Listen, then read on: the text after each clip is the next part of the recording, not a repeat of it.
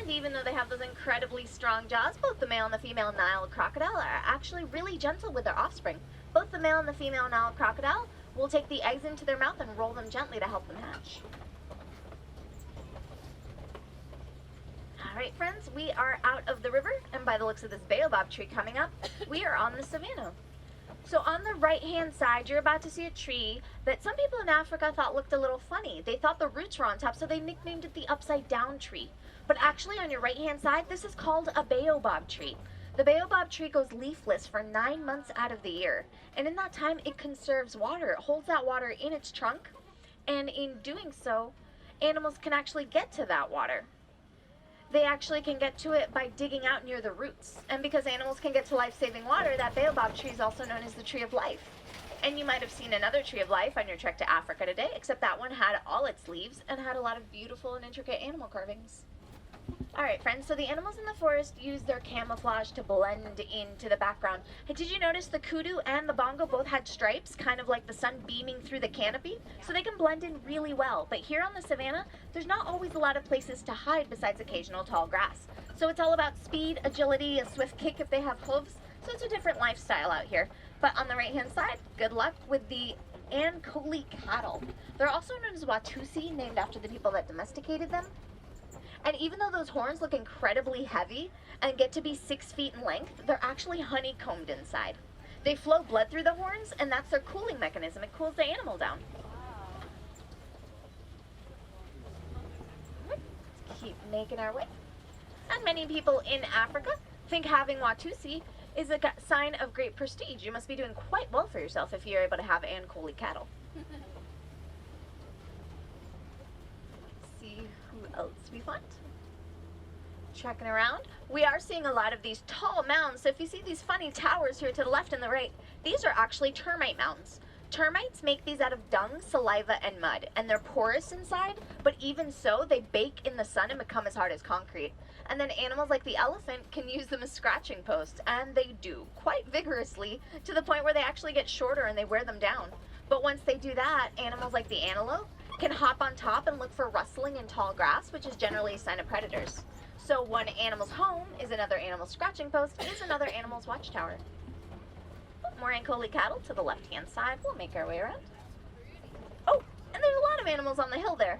So to your left, as we turn, all those great animals up on the hill, sans the one Ankole cattle hanging out there, those are going to be wildebeests. Wildebeests are a migrating animal. They migrate 1,000 miles every year, and they do that in the largest migration of any land animal. 1.5 million wildebeests migrate every single year. And they do that to follow the fresh rain, which leads to fresh grass. And as you can see, they're grazers, so with 1.5 million of them, they're going to need a lot of fresh grass.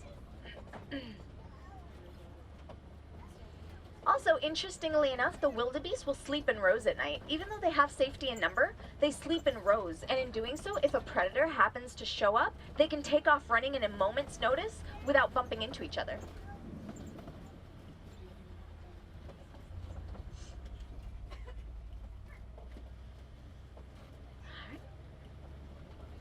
Checking forward.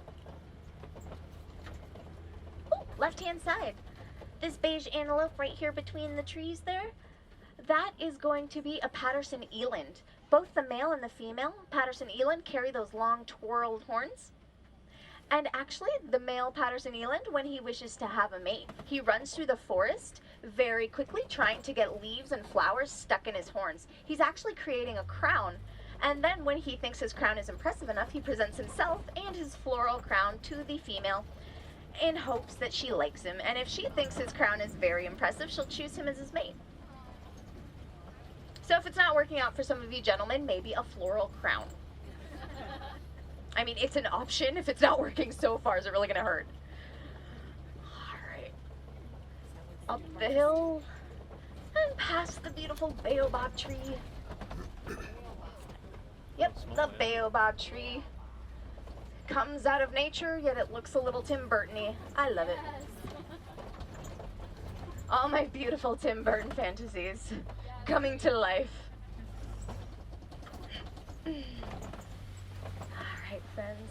Oh, and just around the river bend, we have another wonderful animal friend to see. Here is the greater flamingo. So if you can spot a gray one or two, they're also greater flamingo and they're healthy and well. But flamingos actually start off gray with a straight beak. The beak takes about a month to curve, but they take almost 2 whole years to turn pink. The pink color comes from beta carotene. Beta carotene is inside of shrimp, and shrimp is their main diet. So as they eat their main diet source, they start turning pink. It starts in their legs and then works its way up to their feathers. But again, it takes almost 2 whole years for that to happen.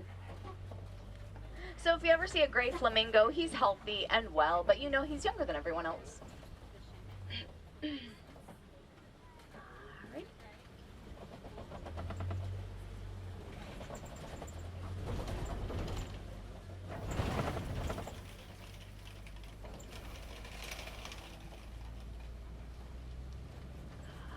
We'll make our way around this mud wallow and see who else we can find.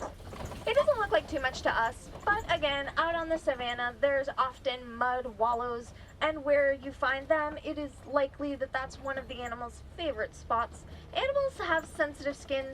Elephants, rhinoceros, for example, they have such sensitive skin that when they find mud wallows, it's not only a way to cool themselves off, but a thick layer of mud is a great natural sunblock, as well as a great insect repellent, because that thick layer of mud is really hard for insects to get through. So it's a good relief for them. I know we've had some spa days, so it's not terribly far-fetched. Yeah. Oh, left-hand side, the cheetah. So walking there in the back, front row should be lined up right now. So the cheetah is the fastest of the land animals. The cheetah can run 60 miles per hour in just 3 seconds. And that long muscular tail is really important. When they're running at 60 miles per hour and want to switch directions, in an instant, they put that muscular tail out and low, and it acts as a counterbalance. So it's a counterweight, so they don't fall over when they try to change direction. And the face of a cheetah, if you could see it there, or remember its distinctive black line that goes from its tear duct down their cheek and around their mouth, that actually reflects sunlight, which helps them be great daytime hunters. Cheetahs are unique that they are daytime hunters. Most large cats are actually evening hunters. Alright, friends, and to the left-hand side, these stone islands that jet out from the savannah, these are called kopjes. So if you've ever seen The Lion King, Pride Rock is a kopje. So animals such as lions may use these as a home base. It's such a great vantage point because it's so high up, so it's really useful for some of those animals. But animals like the lion are evening hunters, so they're going to spend their daytime hours resting and relaxing. Their eyesight's actually the same as ours during the daytime, but it becomes 6 times better in the evening. Oh, right-hand side. That animal right over there, that's going to be a bonobok. The bonobok are going to be the one of the animals that you'll rarely see in the wild. They're generally only seen here on reserves because they were almost completely extinct in the wild. And even though they're an antelope, they are related to the wildebeest. We know that because of their skeletal structure and those long faces. Left-hand side here, these holes are actually warthog burrows.